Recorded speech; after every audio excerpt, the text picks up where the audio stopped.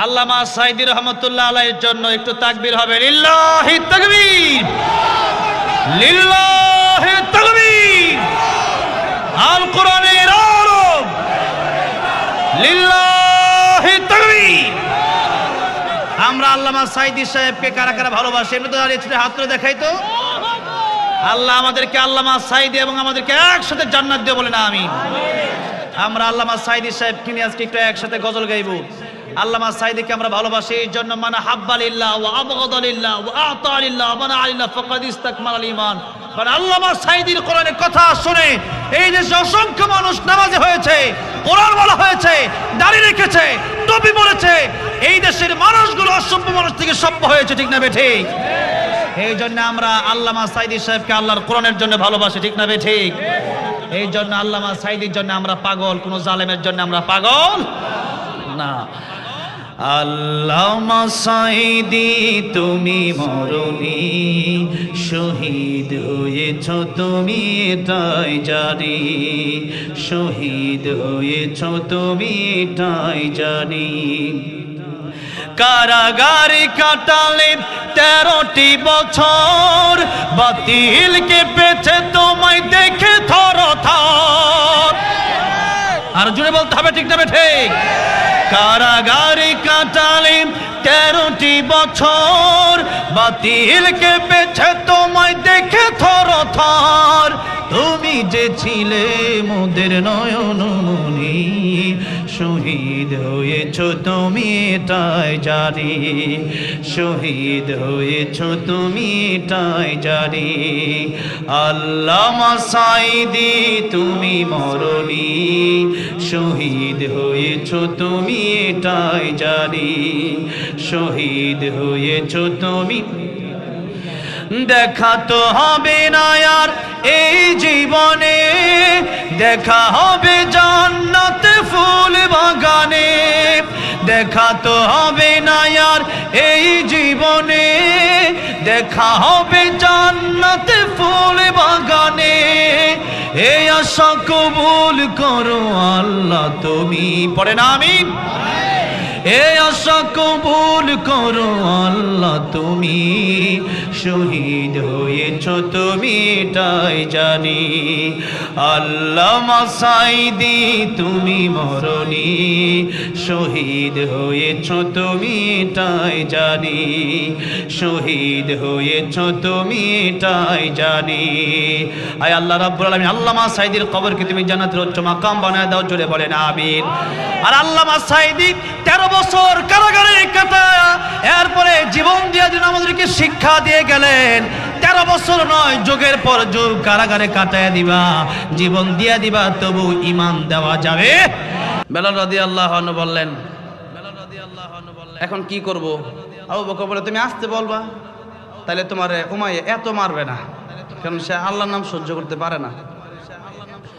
হযরত বেলাল বললেন, ঠিক আছে, কালকে থেকে আস্তে আস্তে বলবো। আবু বকর সিদ্দিক রাদিয়াল্লাহু আনহু চলে গেলেন। পরের দিন আয়েশা দেখতেছেন আবার জোরে জোরে আল্লাহু আকবার বলে, 1 দিন 2 দিন 3 দিন, লম্বা ঘটনা, প্রতিদিন এরকম বলে। আবু বকর সিদ্দিক রাদিয়াল্লাহু আনহু বলেন, বেলাল প্রতিদিন বলো, আস্তে আস্তে বলবা, পরে আবার জোরে বলো, কারণটা কি?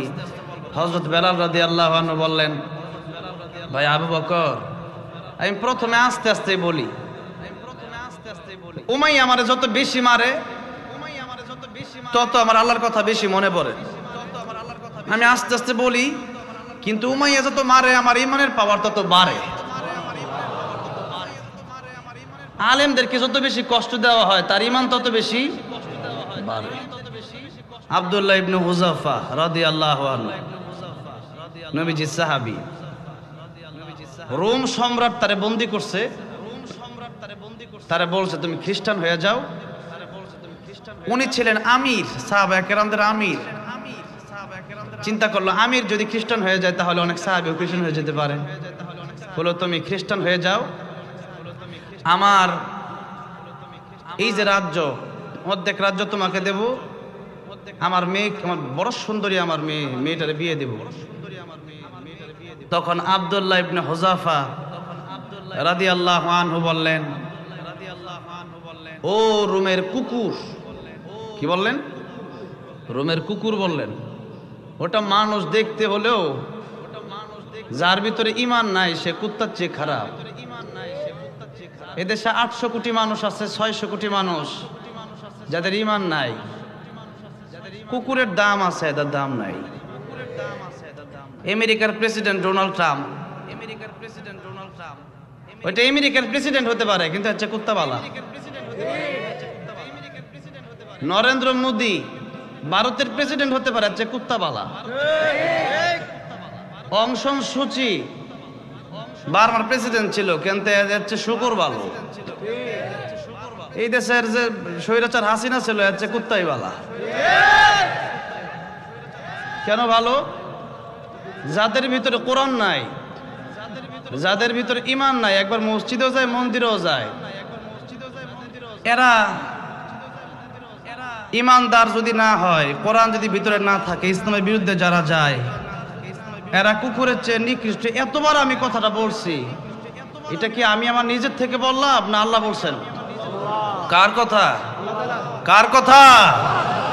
আল্লাহ বলছেন, লাহুম কুলুবুন লা ইয়াফকাহুনা বিহা ওয়া লাহুম আ'য়ুনুন লা ইউবসিরুনা বিহা ওয়া লাহুম আযানুন লা ইয়াসমাউনা বিহা উলাইকা কাল আন'আমি বাল হুম আযাল উলাইকা হুমুল গাফিলুন। কলম আছে, কলম দিয়া দুনিয়ার সব বুঝলো কিন্তু আল্লাহর কোরআন বুঝলো না। আমার আল্লাহর এই চিনল না, সৃষ্টিকর্তাকে চিনল না। দুনিয়ার সব চিনল, সৃষ্টিকর্তাকে যদি না চেনে, অথচ একটা কুকুরও তার মালিক চেনে। আর মানুষ যদি মালিক না চিনি, আসহাবে কাফের কুকুরটা জান্নাতে যাবে, যাবে কি যাবে না? আসহাবে কাফের কুকুরটা জান্নাতে যাবে, আর আমি মানুষ হয়ে যদি জান্নাতে না যাই, তাহলে বলেন তো দেখি, কুকুর ভালো না আমি ভালো? মানুষ হয়ে যারা কিয়ামতের ময়দানে জাহান্নামে যাবে, সেদিন তারা আফসোস করে বলবে, মানুষ না হয়ে যদি কুকুর হয়ে যেতাম, বিড়াল হয়ে যেতাম, শুকর হয়ে যেতাম, আজকে কত ভালো ছিল রে। দুনিয়া থেকে এই কিয়ামতের ময়দান পর্যন্ত আমরা এসেছি। সেই দিন কুকুর, গরু, বিড়াল এদেরও বিচার হবে, কিন্তু বিচার শেষে আল্লাহ এদেরকে মাটি বানিয়ে দেবে। আর মানুষ মাটি হবে না। নদীর জবান আছে, নদীর জবান থেকে আল্লাহর নামের জিকির বন্ধ হয়ে গেলে নদী মরে যায়। গাছের জবান আছে, গাছ যদি আল্লাহর জিকির বন্ধ করে দেয় গাছের মরণ হয়ে যায়। কিন্তু মানুষ আল্লাহ রাব্বুল আলামিনের বিরোধিতা করে, আল্লাহর নাফরমানি করে, মানুষের মরণ হয় না। এর কারণ কি? পরীক্ষার হলে পরীক্ষা দিতে গেলেন, ইংলিশ সাবজেক্টে আপনি বাংলা হাটিম হাটিম টিম তারা মাঠে পারে ডিম, তাদের খাড়া দুটো সিং বাংলা কবিতা লিখছেন, 4-5 পৃষ্ঠে একটা কবিতায় লিখছেন। এরপর আবার দাঁড়ালেন, স্যার পৃষ্ঠা দেন। স্যার দেখতেছে আপনি ইংলিশ সাবজেক্টের জায়গায় আপনি বাংলা কবিতা লিখতেছেন। এরপরও স্যার আপনার খাতা দিবে, পৃষ্ঠা দিবে, দিবে কি দিবে না? স্যার কিছু বলবে না। স্যার আপনারে বলবে যত পৃষ্ঠা লাগেননি, যা মনে চাই লেখ, কথা হবে, দেখা হবে রেজাল্টের বেলায়। আল্লাহ রাব্বুল আলামিন বললেন, আল্লাযী খালাকাল মাউতা ওয়াল হায়াতা লিয়াবলুয়াকুম আইয়ুকুম আহসানু আমালা। আমি আল্লাহ মরণ সৃষ্টি করলাম, হায়াত সৃষ্টি করলাম। মরণের কথা আল্লাহ আগে বললেন, মরণের কথা আল্লাহ আগে বললেন। আল্লাহ রাব্বুল আলামিন আগে বলে বোঝালেন, আমরা ছিলাম আগে মৃত, এখন জীবিত, আবার মরে যাব। আসল জীবন শুরু হবে কবরের জীবন থেকে। নবী বলেন আল কাইসু মান দানা নাফসাহু ওয়া আমিলা লিমা বাদাল মাউত। প্রকৃত জ্ঞানী ওই ব্যক্তি যে ব্যক্তি নিজের নিয়ে চিন্তা করে, আত্মসমালোচনা করে। আর আমরা পরের সমালোচনা যত বেশি করি, নিজে নিয়ে তত আমরা ভাবি না। অমুক খারাপ, তমুক খারাপ।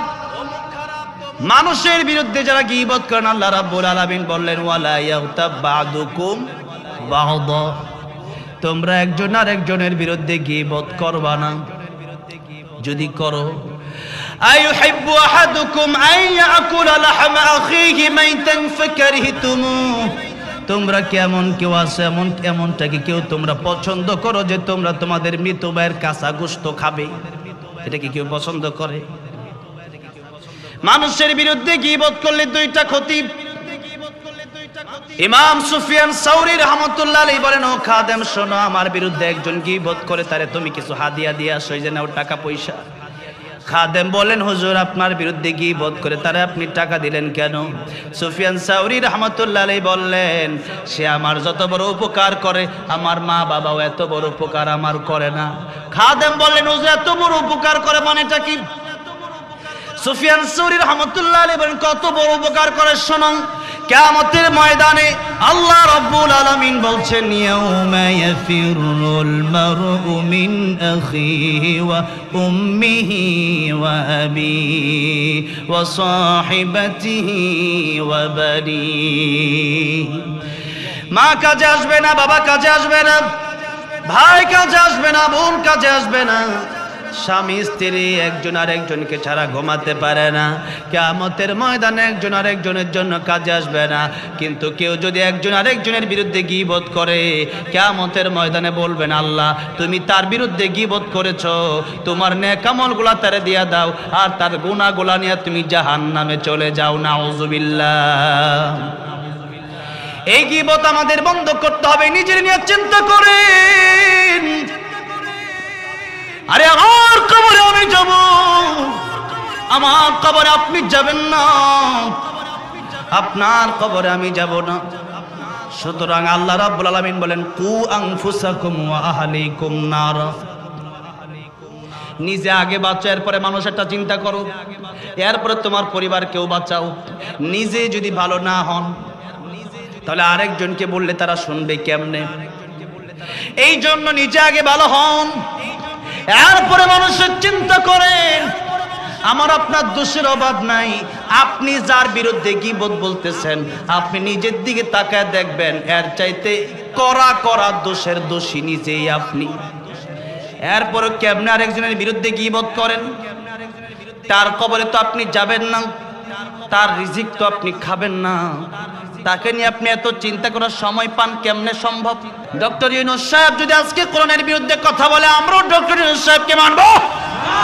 এই জন্য যে উপদেষ্টাগুলো নাস্তিক বামপন্থীদেরকে ডক্টর ইউনূস সাহেব আপনি বসাইছেন, এরা যদি আল্লাহর কোরআনের বিরুদ্ধে করতেছে, এখনো পর্যন্ত যারা সিনেমা নিয়ে ব্যস্ত, এই দেশে যারা ব্যভিচার নিয়ে ব্যস্ত, যারা সমকামিতা নিয়ে ব্যস্ত, লাথি মেরে এদেরকে বের করে দেন, ঠিক না ঠিক?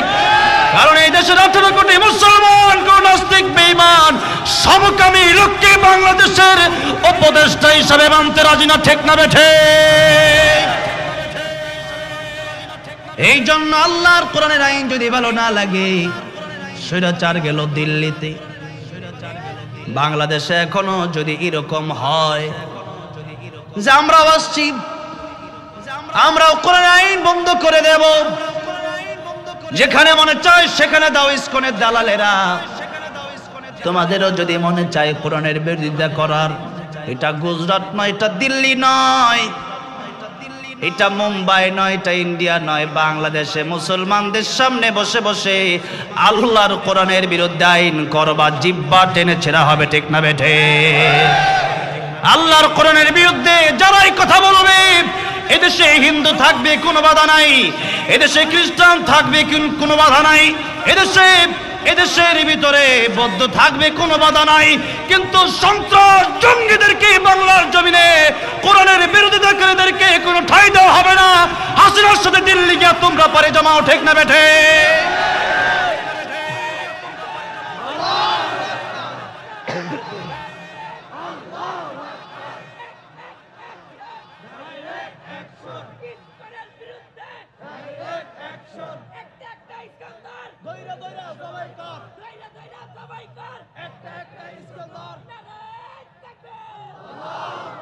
সব হিন্দু নিরাপদে থাকবে, মুসলমান আমরা তো পাঠায় দেন, দিল্লি পাঠায় দেন।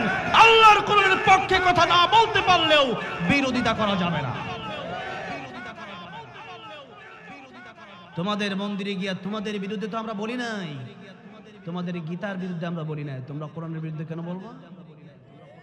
সংখ্যালঘু নাম দিয়া এদেশে একটা চাবি ঘোরানো হচ্ছে। কি ঘোরানো হচ্ছে? চাবি ঘোরানো হচ্ছে দেশটার ভিতরে একটা দাঙ্গা হাঙ্গা লাগায় দেওয়ার জন্য। তবে কথা হচ্ছে, ইতিপূর্বে আজকে সিরিয়া বিজয় হয়ে গেছে, স্বৈরাচাররা থাকতে পারে না। আফগানিস্তান বিজয় হয়ে গেছে, শ্রীলঙ্কার বিজয় হয়েছে, বাংলাদেশের বিজয় হয়েছে। সুতরাং আগামীতে এই দিল্লি, মুম্বাই, কলকাতা, আসাম, ত্রিপুরা সব হবে মুসলমানের, ঠিক না ঠিক? আমরা আল্লাহকে ভালোবেসে মরতে চাই, কারণ আমরা জানি এই জীবন জীবন নয়, আরো জীবন আছে। এই জীবন নিয়ে যাবে সেই জীবনের কাছে, আর সেটাই হচ্ছে আনন্দের দিন, সেটাই হচ্ছে শান্তির দিন। এই জন্য আপনারা আমার কথাকে উড়িয়ে দিতে পারেন, কিন্তু রাসূলের কথাকে উড়াতে পারেন না। আপনারা আমার কথাকে উড়িয়ে দিতে পারেন, আল্লাহর কথাকে উড়িয়ে দিতে পারেন না। ওয়ামান আস্তাকু মিনাল্লাহি কিলা। আল্লাহর কথার চেয়ে সত্য কার কথা আছে? রাসূলের কথার চেয়ে সত্য কার কথা আছে? এই জন্য মাহফিলগুলোতে আর নবীজি বলেছেন, দুই সময় তওবা আর কবুল হবে না।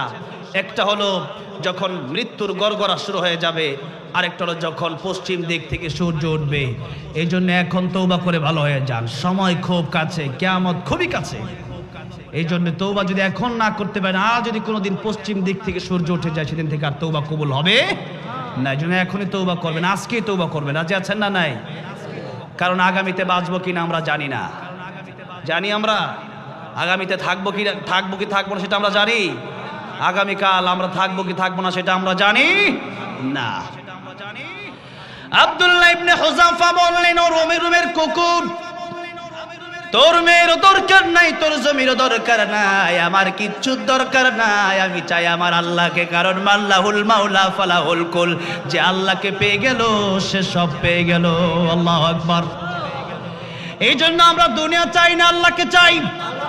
দুনিয়াকে যদি ভালোবাসেন, পানি মোট করে নিলেন, বলেন পানি হাতের ভিতরে কত থাকবে? থাকবে? থাকবে না। দুনিয়াটা এরকম, যতই মুট করতে চাবেন ততই দুনিয়া আপনার কাছ থেকে দূরে সরে যাবে। আর আল্লাহকে যদি ভালোবাসেন, আল্লাহ দুনিয়া দিবে ফিরিয়ে আখিরাতের সাথে।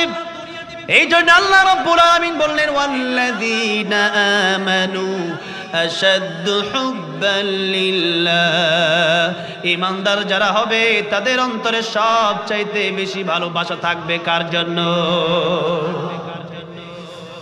আব্দুল্লাহ ইবনে হুযাফা বললেন, আমি আল্লাহরে ভালোবাসি, আল্লাহর জন্য আমি সব কিছু করব, তোর জন্য কিচ্ছুই করব না। দুনিয়া হারায় ফেলবো, আর দুনিয়ার তো দাম আল্লাহর কাছে নাই, তো দুনিয়া দিয়ে আমি কি করব? দুনিয়ার দাম যদি আল্লাহর কাছে মশার পাখার সমান হতো, একটা কাফেরকেও আল্লাহ রাব্বুল আলামিন এক গ্লাস পানি পান করতে দিতেন না। সুতরাং আমি দুনিয়া দিয়ে কি করব? আমি তো আল্লাহরে ভালোবাসি, যে আল্লাহ আমারে বানিয়েছেন, আবার যে আল্লাহর কাছে আমার ফিরে যেতে হবে। 7 দিন পর্যন্ত জেলে আটকায় রাখা হলো আব্দুল্লাহ ইবনে হুযাফা রাদিয়াল্লাহু আনহুকে। এরপরে ডাক্তার পাঠানো হলো, দেখো কি অবস্থা। ডাক্তার গেল দেখার জন্য, গিয়া দেখতেছে মনে হয় মরে যাবে, মৃত্যু সজ্জায় মনে হয় শায়িত। ডাক্তার এসে বলল, রোম সম্রাট আব্দুল্লাহ ইবনে হুযাফা মনে হয় মরে যাবে। রোম সম্রাট বলল, তারে খাবার দিয়ে আসো। কি দিবা তাও বলে দিচ্ছি, দিবা তুমি শুকরের গোশত আর মদ। হালাল না হারাম? তবে জীবন বাঁচানোর জন্য তখন খাওয়া জায়েজ না। জীবন বাঁচানোর জন্য মদ, অথবা অনেক আপনার কোন রকম কিচ্ছু নাই, এমন জায়গায় গেলে শুধু মদ আছে, তখন আপনার গলা সঙ্গে মরে যেতে পারেন, তখন খাইতে পারেন, এটা জায়েজ আছে। আব্দুল্লাহ ইবনে হুযাফার ঈমান কেমন? 7 দিন না খাওয়া। আমি প্রথমেই বলেছিলাম, ঈমানদাররে যত মারে ঈমানের পাওয়ার তত বাড়ে। আব্দুল্লাহ ইবনে হুযাফা রাদিয়াল্লাহু আনহু 7 দিন পর যখন তার সামনে মদ আর শূকরের গোশত নিয়ে যাওয়া হলো। আব্দুল্লাহ ইবনে হুযাফা রাদিয়াল্লাহু আনহু বলল, ডাক্তার এই মদ আর শূকরের গোশত সরাবি না, আমি লাথি দিয়া সরাবো। আল্লাহু আকবার। ডাক্তার কয় পাওয়ার তো কম না, 7 দিন খায় না, তো পাওয়ার কোথ থেকে? আমি বলি 7 দিন খায় না, শরীরের পাওয়ার নাই কিন্তু ইমানের পাওয়ার আছে না নাই? আব্দুল্লাহ ইবনে হুযাফা রাদিয়াল্লাহু আনহু এই কথা বলার সঙ্গে সঙ্গে ডাক্তার বলল, কত বড় সাহস! রোম সম্রাটকে বলল, রোম সম্রাট আব্দুল্লাহ ইবনে হুযাফা বলল, লাথি দিয়া মদের শূকরের গোশত সরাই দিবে, 7 দিন খায় না বলে কে তো পাওয়ার আসে কোন জায়গা থেকে? রোম সম্রাট বলল, ঠিক আছে, একটা কড়াইয়ের ভিতরে তেল গরম করো। আব্দুল্লাহ ইবনে হুযাফাকে তেলের সামনে নিয়ে যাওয়া হলো। বলল, আব্দুল্লাহ ইবনে হুযাফা এখনো সময় আছে, তুমি খ্রিস্টান ধর্ম গ্রহণ করো, আর নয়তো তোমার এই তেলে ভাজবো। আব্দুল্লাহ ইবনে হুযাফা রাদিয়াল্লাহু আনহু ডাক দিয়া বললেন, মুসলমান তো শহীদ হওয়ার জন্য রেডি, তুই যতই বই দেখাস না কেন,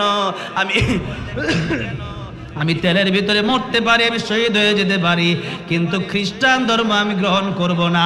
কারণ ইমানদার মুসলমানরা জানে শহীদ হওয়ার সাথে সাথে সাক্ষাৎ হয়ে যাবে কার সাথে? আল্লাহর সাথে। সৃষ্টি দেখেই মানুষ আত্মহত্যা করে, সৃষ্টি দেখেই মানুষ পাগল হয়ে যায়। আর এত সুন্দর সুন্দর সৃষ্টি যিনি করলেন তিনি কে? আমরা মাখলুক, খালেক কে? তাহলে সৃষ্টি যদি এত সুন্দর হয়, আমার আল্লাহ সুন্দর কম না বেশি? জোরে বলেন।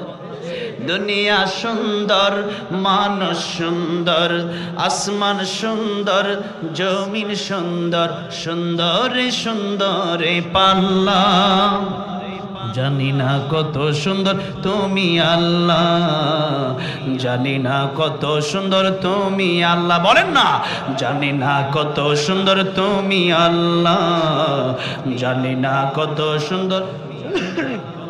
ঝরনা ছুটে চলে একে বেকে, পৃথিবীর বুকে কত ছবি একে, নদীর ওই কলতানে, সাগরের গর্জনে, ঢেউয়ে ঢেউয়ে দেয় পাল্লা, জানি না কত সুন্দর তুমি আল্লাহ, জানি না কত সুন্দর। জোরে কর সুবহানাল্লাহ। জান্নাতি যারা হয়ে যাবে মৃত্যুর পরে, আল্লাহ রাব্বুল আলামিনের সাথে তাদের সাক্ষাৎ হয়ে যাবে। আর আল্লাহ রাব্বুল আলামিনকে দেখার পরে মানুষ হাজার হাজার বছর তাকায় থাকবে, চোখ সরাতে পারবে না। সে আল্লাহকে দেখার ইচ্ছা আছে না নাই? আছে না নাই? আজকে সূরা রহমান আমি তেলাওয়াত করেছি। আল্লাহ রাব্বুল আলামিন জান্নাতের ভিতরে সূরা রহমান আল্লাহ রাব্বুল আলামিন তার বান্দাদেরকে তেলাওয়াত করে শোনাবেন। আয় আল্লাহ রাব্বুল আলামিন, আজকে যারা এই মাহফিলে আসলাম নবীনগরে, মেহেরবানি করে আয় আল্লাহ রাব্বুল আলামিন ওই জান্নাতের ভিতরে তুমি তোমার ওই মাহফিলে আমাদেরকে একটু জায়গা ব্যবস্থা করে দিও, বলেন আমিন।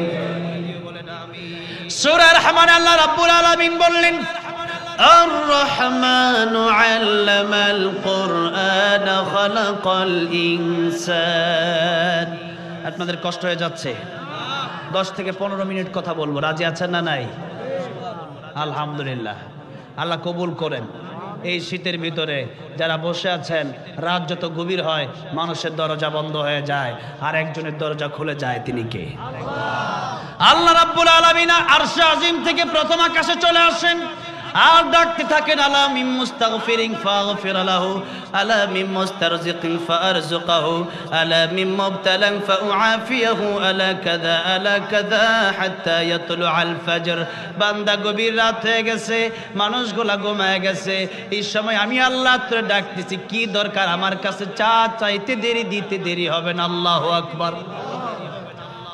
মানুষের সাথে বেয়াদবি করলে পরে মানুষ আর কথা বলে না, ও মাফ যতদিন না চাবে আমি কথা বলবো না। আর আল্লাহ কই, তুই বেয়াদবি করছস, তুই নাফরমান, তুই গুনাহগার, মাফ করে দেওয়ার জন্য আমি আল্লাহ বইসা রইছি।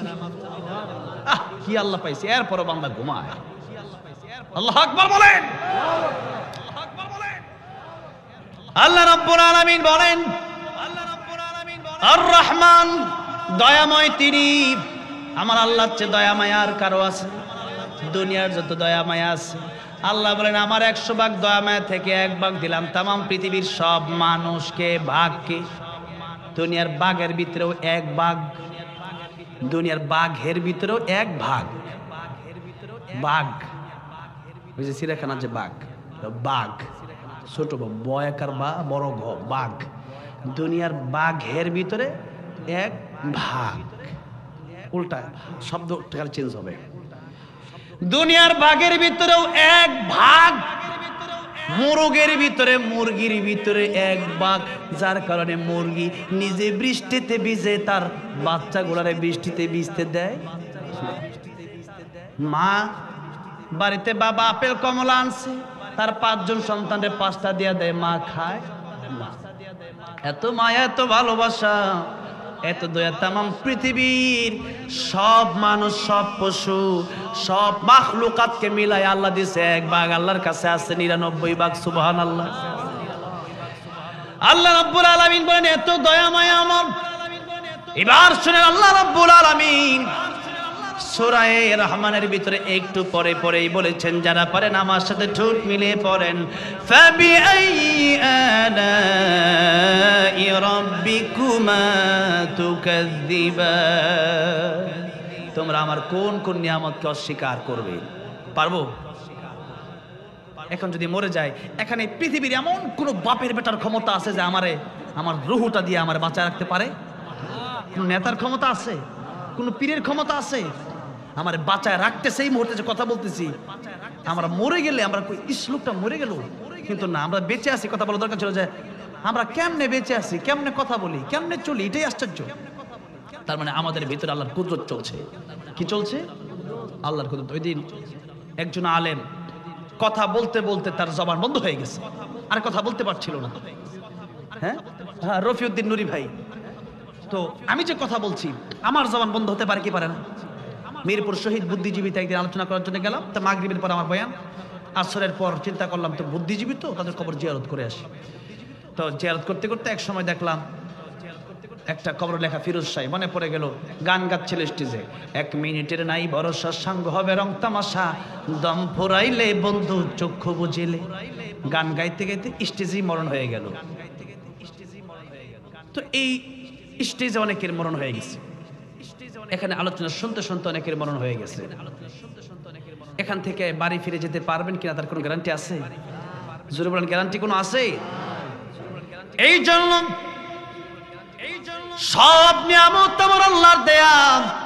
আল্লাহ বলেন যা দেখো, যা চলতেছ, কথা বলতেছ, সবই তো আমার আল্লাহর দেয়া। তবে শোনো, আল্লামাল কোরআন, দয়ার প্রথম কথাই আল্লাহ বললেন আমি তোমাদেরকে কোরআন শিখালাম। কি শিখালেন? মাদ্রাসা তো, তার কারণে একটু মাদ্রাসা নিয়ে একটু কথা বলবো, দ্বীনি শিক্ষা নিয়ে একটু কথা বলবো, শুনবেন তো? হ্যাঁ, এই জন্য সূরা রহমান তেলাওয়াত করলাম। আল্লাহ রাব্বুল আলামিন বললেন আল্লামাল কুরআন খালাকাল ইনসান। আমি আল্লাহ রাব্বুল আলামিন কোরআন শিখালাম, আগে মানুষ বানালাম, পরে আমরা তো দেখি আগে আসলো মানুষ, তারপরে শিখলো কোরআন। কিন্তু আল্লাহ বলেন না, কোরআন যদি না শিখো, জন্মগত যদি মানুষ হও, আসাদ নুর তো দেখতে মানুষ, কিন্তু কুকুরের চেয়ে খারাপ। তাসলিমা নাসরিন দেখতে মানুষ, কিন্তু গরু ভালোবাসে, গরু দিয়া সমাজের উপকারে আসে, কিন্তু তাসলিমা নাসরিন দিয়া সমাজের ক্ষতি ছাড়া আর কিচ্ছু নাই। এই জন্য আল্লাহ রাব্বুল আলামিন বলেন কোরআন না শিখলে মানুষের মতো মানুষ হওয়া যায় না। আল্লামাল কোরআন খালাকাল ইনসান। আল্লাহ বলেন যত দয়া আমার আছে, সবচেয়ে বড় দয়ার নাম হলো কোরআন শরীফ। সবচেয়ে বড় দয়ার নাম কি? এখন আসেন, কোরআন শিখলে 4টা লাভ। কয়টা? অনেক লাভ আছে, হাজার হাজার লাভ। আমি বলবো আজকে 4টা। কয়টা বলবো? 1 নম্বর, কোরআন শিখলে পরে এই দুনিয়াতে মানুষ র‍্যাব, পুলিশ, আর্মি কোনো সময় ভয় পায় না। তারা অন্ধকারে চুরি করে, ডাকাতি করে, জুলুম করে, জনগণের টাকা খায়। আর যাদের ভিতরে আল্লাহর ভয় আছে, এরা চিন্তা করবে আমার কেউ দেখবে না, আমার দেখবে কে? এই শিক্ষাটা পেলাম কোন জায়গা থেকে? ইংলিশ, অঙ্কে, বাংলায়, না কোরআন শরীফে? কোরআন শরীফে। এই জন্য কোরআন শিখলে পরে এই দেশের মানুষগুলো সভ্য মানুষ হয়ে যাবে। এটা হচ্ছে দুনিয়ার 1 নম্বর লাভ। 2 নম্বর লাভ হচ্ছে কোরআন শিখলে মরণের সময় ঈমান নসিব হবে। কি নসিব হবে? আর যদি কোরআন না শিখেন ঈমান নসিব হবে না। আপনাকে আমি জিজ্ঞাসা করতে চাই, আপনি যদি বলেন আমি জানি না, আল্লাহর কাছে এই কথার দাম হবে না কেন? আপনি না জেনে বিষ খেলে ক্ষতি আছে না নাই? না জেনে 20 তলা থেকে লাভ দিলে ক্ষতি আছে না নাই? না জেনে কারেন্টের সুইচে যদি আপনি হাত ঢুকায় দেন ক্ষতি আছে না নাই? আচ্ছা, আপনি যদি জানি না, কাজ হবে না, মরে যাবেন। ঠিক তেমনি ভাবে আপনি যদি জানি না, আল্লাহ বলবেন জানলা না কেন? কেমনে খাইতে হয় শিখছো, কেমনে বিয়ে করতে হয় শিখছো, কেমনে দুনিয়াতে চলতে হয় তা শিখলা, কেমনে চাকরি করতে হয় শিখছো, ডক্টর কেমনে হয়তো শিখছো, ইঞ্জিনিয়ার শিখছো, কিন্তু কোরআন শিখলা না কেন? জবাব দাও, আগে এটার জবাব দাও। নামাজের হিসাব হবে কিয়ামতের ময়দানে সর্বপ্রথম। যারা কোরআন পারে না নামাজ হয় না। নামাজ ভঙ্গের কারণ কয়টা? 19টা। যারা কোরআন পারে না এদের নামাজ হয় না, কিয়ামতের ময়দানে প্রথমে ধরা খাবে নামাজের হিসাব দিতে গিয়া। এজন্য কোরআন শেখা দরকার আছে না নাই? আমি বলেছিলাম 4টা বলবো, 2টা বললাম। 3 নাম্বার, কবরে মুসা আলাইহিস সালাম হেঁটে যাচ্ছেন। ইমাম ফখরুদ্দিন রাজি রাহমাতুল্লাহ আলাইহি বলেন, তাফসিরে কাবিরে তিনি লিখেছেন, যাচ্ছে কবরের পাশ দিয়ে দেখছে আযাব হচ্ছে, আবার আসতেছে দেখতেছে সেই কবরের জান্নাতের বাগান হয়ে গেছে। বলেন ও কবরবাসী, কি ব্যাপার? কবরটা একটু আগে দেখলাম আযাব হয়, এখন এই কবরে জান্নাতের বাগান। উনি বললেন, আমি যখন মারা যাই আমার স্ত্রীর পেটে একটা বাচ্চা ছিল, সেই সন্তানটা দুনিয়াতে জন্ম নিল এতিম হয়ে। এই তো একটু আগে আমার সন্তানটাকে আমার স্ত্রী তার মা মাদ্রাসায় ভর্তি করায় দিল, সে পড়ল বিসমিল্লাহির রহমানির রহিম। আল্লাহ রহমান রহিম, এই কথা আমার বাচ্চা পড়ছে। আমার এতিম বাচ্চাটা আজকে এই আল্লাহকে রহমান রহিম বলে ডাক দেওয়ার কারণে আমার আল্লাহ বলতেছেন, এই লোকের বাচ্চা এতিম ছেলে আমার রহমান বলেছে, রহিম বলেছে। এই লোকের কবর আযাব যদি হয় তাহলে আমি রহমান রহিম থাকতে পারি না, তার কবর আযাব মাফ। আমি জিজ্ঞাসা করতে চাই, যেই ব্যক্তিটার সন্তান কবরে যাওয়ার পরে শুধু রহমান রহিম বলল, কেবলমাত্র মাদ্রাসায় ভর্তি হলো, তাই আল্লাহ তার কবর আযাব মাফ করে দিল, বাপের কবর আযাব। আপনার সন্তান যদি হাফেজে কোরআন হয়, আলেমে দিন হয়, নামাজি হয়, আপনার সন্তানরা যদি আল্লাহর প্রেমিক হয়, তাহলে আপনার কবরটা আল্লাহ জান্নাতের বাগান বানায় দিবে না? এরপরও যদি আপনি কন না আমি ডাক্তার ইঞ্জিনিয়ার বানাবো, আপনি বানান, আমার সমস্যা নাই। আপনার আল্লাহর তো কোনো লাভ হবে না। আপনি যদি আল্লাহকে মানেন, আল্লাহ লাভ হবে নাকি? আপনার লাভ হবে আল্লাহকে মানলে। আপনি যদি আল্লাহকে না মানেন, আল্লাহ লস হবে? আল্লাহ লস হবে না, আপনার লস হবে। আপনি বুঝে দেখেন কি করবেন। 4 নম্বরে শেষ হাদিস বলবো এখন, কুন আলিমান আও মুতাআল্লিমান আও মুস্তামিআন আও মুহিব্বান লা তাকুন খামিসান ফাতাহলিক। নবী বলেন, আলেম হও নয়তো আলেমের ছাত্র হও, নইলে তাদের শ্রবণকারী হয়ে যাও। কি বলে শোনো, আমল করো। আর কমপক্ষে আলেমের কথাও যদি না শুনতে পারো, আলেমদেরকে ভালোবাসবা। সাবধান, আলেমকে ঘৃণা করবা, ধ্বংস হয়ে যাবা। 16 বছর যারা আলেমদেরকে ঘৃণা করেছে, এই দেশের ভিতর থেকে ডক্টর মিজানুর রহমান আজহারীকে যারা দেশ থেকে বের করে দিল, আল্লামা সাঈদীকে যারা শহীদ করে দিল, আল্লামা মামুনুল হক থেকে এই পর্যন্ত শত শত আলেমদেরকে যারা জেলখানায় রাখলো, বলেন বাংলাদেশের থাকতে পারছে? বাংলাদেশে তারা থাকতে পারে নাই। খাসিরাত দুনিয়া ওয়াল আখিরা। ইন্ডিয়াতে তারাই চলে গেছে যারা আলেমদের বিরোধিতা করেছে। আগামীতে যারা আলেমদের বিরোধিতা করবে তাদের দুনিয়াও ধ্বংস হবে, আখিরাতও ধ্বংস হবে। এই জন্য আলেমদের বিরোধিতা যারা আগামীতেও করবে, এদের জায়গাও বাংলার জমিনে হবে না, এদের জায়গাও দিল্লিতে গিয়া করতে হবে। ঠিক না বেঠে? সুতরাং নবী বলেন, আলেমকে ঘৃণা করবা না, তুমি মুহাব্বত করো। মুহাব্বত করতে কি লাগে? কোটি কোটি টাকা লাগে। কিয়ামতের ময়দান, এই যে বলে দিচ্ছে, মাশাআল্লাহ, ওয়াজটা আমার চেয়ে ভালো পারে। নবী যে বলেন, কিয়ামতের ময়দানে আল্লাহ বলবেন, দুনিয়ার সব মানুষ দাঁড়াবে একদিকে আর আলেমরা দাঁড়াও আরেক দিকে। আল্লাহু আকবার। আলেমরা, আল্লাহ পাক বলবেন, আলেম তোমরা কোরআন হাদিস শিখে ছেলে নামাজ, এবং আলেম কারা বলে শুনেন, যারা কোরআন হাদিস শিখবে এবং সে অনুযায়ী আমল করবে। ফাস্তাযহারাহু ফাআহাল্লা হালালাহু ওয়া হারামা হারামাহু ওয়া আদখালাহু আল্লাহুল জান্নাহ। আচ্ছা, এরকম লেবাস পরে নাচানাচি করে, এরপরে হিমহি হিমহি কত জিকির আছে এগুলো করে, এরকম লোকও আছে না নাই? আছে। হ্যাঁ, লেবাসে আলেম হওয়া যায় না, কাজে কর্মে আলেম হতে হয়। পাঞ্জাবি পরলে আলেম হওয়া যায় না, ভিতরটা ভালো থাকতে। আমার ভাইরা, আমার মুরব্বী বাবাজিরা, নবী বলেন কমপক্ষে আলেমকে মুহাব্বত করো। কিয়ামতের কঠিন ময়দানে আলেমকে মুহাব্বত করার কারণে কোরআন শরীফ যারা শিখবে এদেরকে আল্লাহ পাক এক্সট্রা বলবেন তোমাদের বিচার আজকে হবে না, বিনা হিসাবে জান্নাত। যখন তারা জান্নাতে যেতে চাইবে তখন অনেক লোক তাদেরকে বাধা দিবে, বলবে আমরা আপনাদেরকে ভালোবাসি। আলেমরা বলবে আপনারা আমাদেরকে কেমনে ভালোবাসেন? নবীজি হাদিস শরীফের ভিতরে বলেন, এক ব্যক্তি বলে উঠবে যে আমি আপনাকে একদিনে এক গ্লাস পানি পান করাইছিলাম। আল্লাহু আকবার। এক লোক বলে উঠবে আপনাকে এক বকনা এক লোটা পানি দিয়েছিলাম ওযুর জন্য, আপনাকে দুনিয়াতে এক লোটা পানি দিয়েছিলাম, আজকে কি আপনি আমার জন্য একটু সুপারিশ আল্লাহর কাছে করতে পারেন না? আপনি সুপারিশ করলে আল্লাহ আপনার জান্নাতের টিকিট ক্যান্সেল করবে না। আল্লাহর নিয়ম হলো আল্লাহ যারা একবার জান্নাতের টিকিট দিবেন তার টিকিট আর ক্যান্সেল করবে না। সুবহানাল্লাহ। আলেম বলবে তাই তো, আয় আল্লাহ তাআলা তারে কি জান্নাতে দেওয়া যায় না? এক গ্লাস পানি পান করাইছে। আল্লাহ বলেন এই জন্যই তো তার সামনে দিয়ে তোমারে পাঠাইছিলাম, তোমারে অন্য জায়গা দিয়েও জান্নাতে পাঠাইতে পারতাম। যারে বান্দা তুমি আলেম হয়েছো আর তোমার ওই ব্যক্তি মোহাব্বত করেছে, এক গ্লাস পানি পান করাইছে, উভয়জনই জান্নাতে চলে যাও। তাহলে আলেমদের ভালোবাসার দরকার আছে না নাই? এটা হইল শেষ, আপনি জান্নাতে যাওয়ার সর্বশেষ সিরিয়াল হচ্ছে, সর্বশেষ সিস্টেম হচ্ছে এটা। এর বাইরে গেলে আর কোনো সিস্টেম নাই।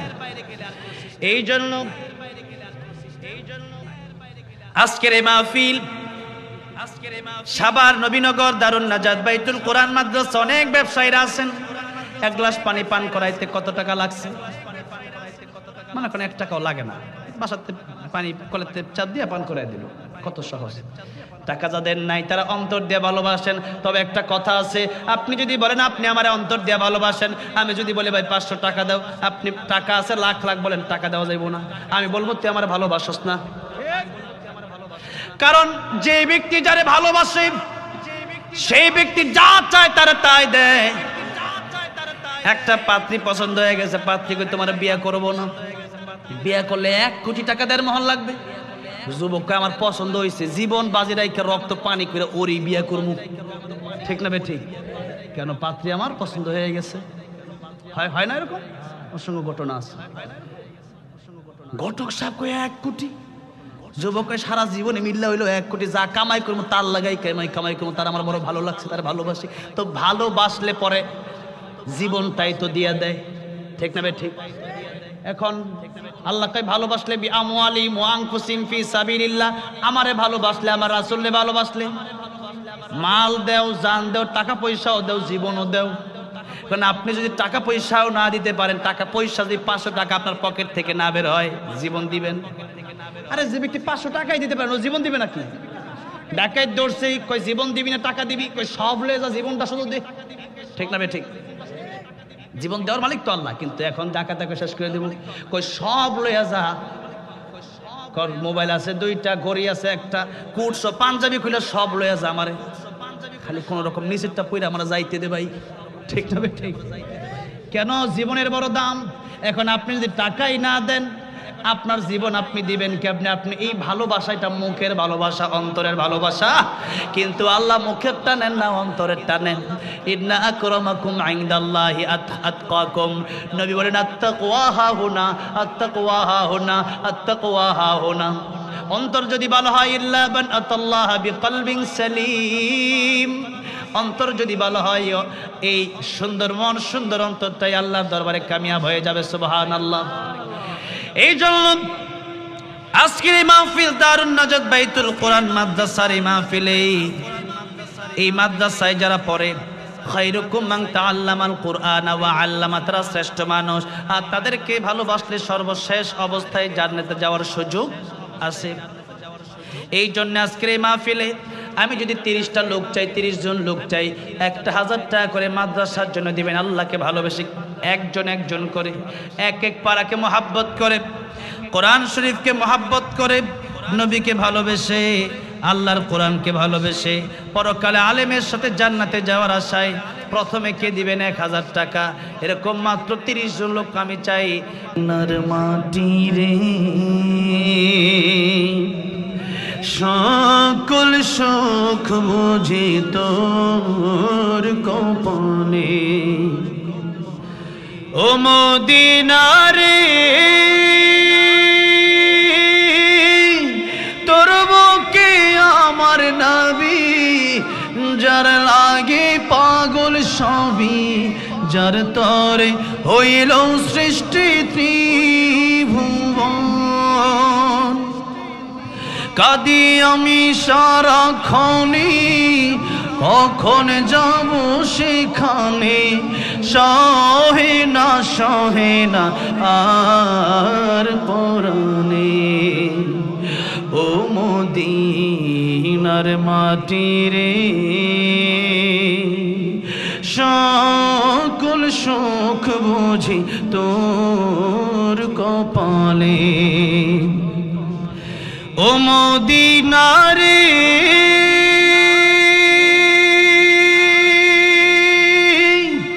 পাখি যদি হতাম আমি, উড়ে উড়ে যেতাম আমি, থাকতো না মনে কোনো যাতনা। দেহে নাই পাখায় আমার, সাথে নাই টাকায় আমার, কেমনে যাব সেখানে, ও মদিনার মাটি রে সকল সুখ বুঝি তোর কপালে, ও মদিনার মাটি রে সকল সুখ বুঝি তোর কপালে। আল্লাহ বারবার সবাই রে মক্কা মদিনা যাওয়ার তৌফিক তুমি দিয়া দাও, জোরে জোরে বলেন আমিন। আল্লামা সাঈদী রহমাতুল্লাহ আলাইহির জন্য একটু তাকবীর হবে, লিল্লাহি তাকবীর, লিল্লাহি তাকবীর। আল কোরআনের আরব, লিল্লাহি তাকবীর। আমরা আল্লামা সাঈদী সাহেবকে কারা কারা ভালোবাসে এমনি তো দাঁড়িয়ে হাত তুলে দেখাই তো। আল্লাহ আমাদেরকে আল্লামা সাঈদী এবং আমাদেরকে একসাথে জান্নাত দিয়ে বলেন আমিন। আমরা আল্লামা সাঈদী সাহেবকে নিয়ে আজকে একটু একসাথে গজল গাইবো। আল্লামা সাঈদীকে আমরা ভালোবাসি এই জন্য, মানে হাব্বা লিল্লাহ ওয়া আবগাদা লিল্লাহ ওয়া আতা লিল্লাহ ওয়া মানা লিল্লাহ ফাকাদ ইসতাকমালাল ঈমান। কারণ আল্লামা সাঈদীর কোরআনের কথা শুনে এই দেশে অসংখ্য মানুষ নামাজি হয়েছে, কোরআন বলা হয়েছে, দাড়ি রেখেছে, টুপি পরেছে। এই দেশের মানুষগুলো অসভ্য মানুষ থেকে সভ্য হয়েছে, ঠিক না বে ঠিক? এই জন্য আমরা আল্লামা সাঈদী সাহেবকে আল্লাহর কোরআনের জন্য ভালোবাসি, ঠিক না বে ঠিক? এই জন্য আল্লামা সাঈদীর জন্য আমরা পাগল, কোন জালেমের জন্য আমরা পাগল না। আল্লামা সাঈদী তুমি মরণি, শহীদ হয়েছ তুমি এটাই জানি, শহীদ হয়েছ তুমি এটাই জানি। কারাগারে কাটালে 13টি বছর, বাতিল কেঁপেছে তোমায় দেখে থরথর। আর জোরে বলতে হবে, ঠিক না ঠিক? কারাগারে কাটালে 13টি বছর, বাতিল কেঁপেছে তোমায় দেখে থরথর। তুমি যে ছিলে মোদের নয়নমণি, শহীদ হয়েছ তুমি এটাই জানি, শহীদ হয়েছ তুমি এটাই জানি। আল্লামা সাঈদী তুমি মরণি, শহীদ হয়েছ তুমি এটাই জানি, শহীদ হয়েছ তুমি। দেখা তো হবে না আর এই জীবনে, দেখা হবে জান্নাত ফুল বাগানে। দেখা তো হবে না আর এই জীবনে, দেখা হবে জান্নাত ফুল বাগানে। এই আশা কবুল করো আল্লাহ তুমি, পড়ে না আমিন।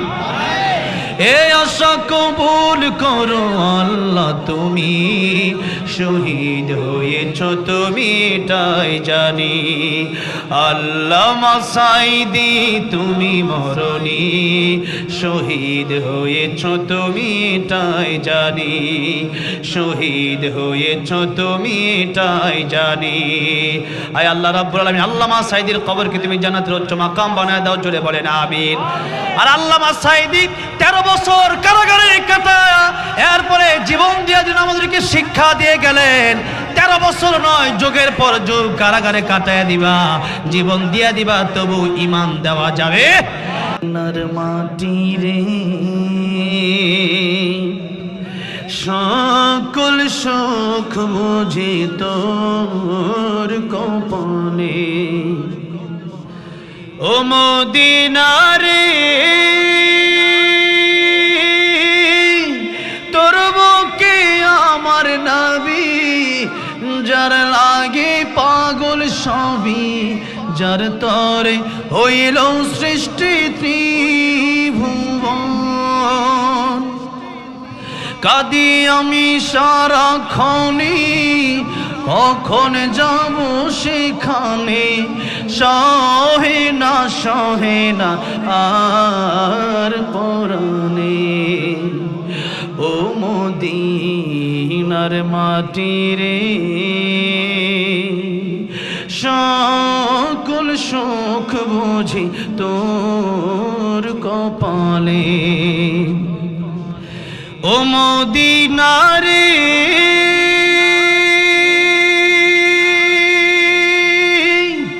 পাখি যদি হতাম আমি, উড়ে উড়ে যেতাম আমি, থাকতো না মনে কোনো যাতনা। দেহে নাই পাখায় আমার, সাথে নাই টাকায় আমার, কেমনে কেমনে যাব সেখানে। ও মদিনার মাটি রে সকল সুখ বুঝি তোর কপালে, ও মদিনার মাটি রে সকল সুখ বুঝি তোর কপালে। আল্লাহ বারবার সবাই রে মক্কা মদিনা যাওয়ার তৌফিক তুমি দিয়া দাও, জোরে জোরে বলেন আমিন। নার মাটি রে সকল সুখ বুঝি তোর কপালে, ও মদিনা রে তোর বুকে আমার নবী, যার লাগে পাগল সবই, যার তরে হইল সৃষ্টি ত্রিভুবন। কাঁদি আমি সারাক্ষণে, কখন যাব সেখানে, সহে না আর পরাণে। ও মদিনার মাটি রে সকল সুখ বুঝি তোর কপালে, ও মদিনা রে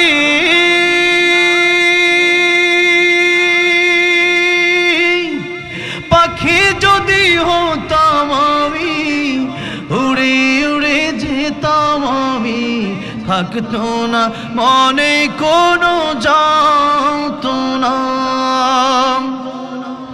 দেহে নাই পাখায় আমার, সাথে নাই টাকায় আমার, কেমনে কেমনে যাব সেখানে। ও মদিনার মাটি রে সকল সুখ বুঝি তোর কপালে, ও মদিনার মাটি রে সকল সুখ বুঝি তোর কপালে। আল্লাহ বারবার সবাই রে মক্কা মদিনা যাওয়ার তৌফিক তুমি দিয়া দাও, জোরে জোরে বলেন আমিন।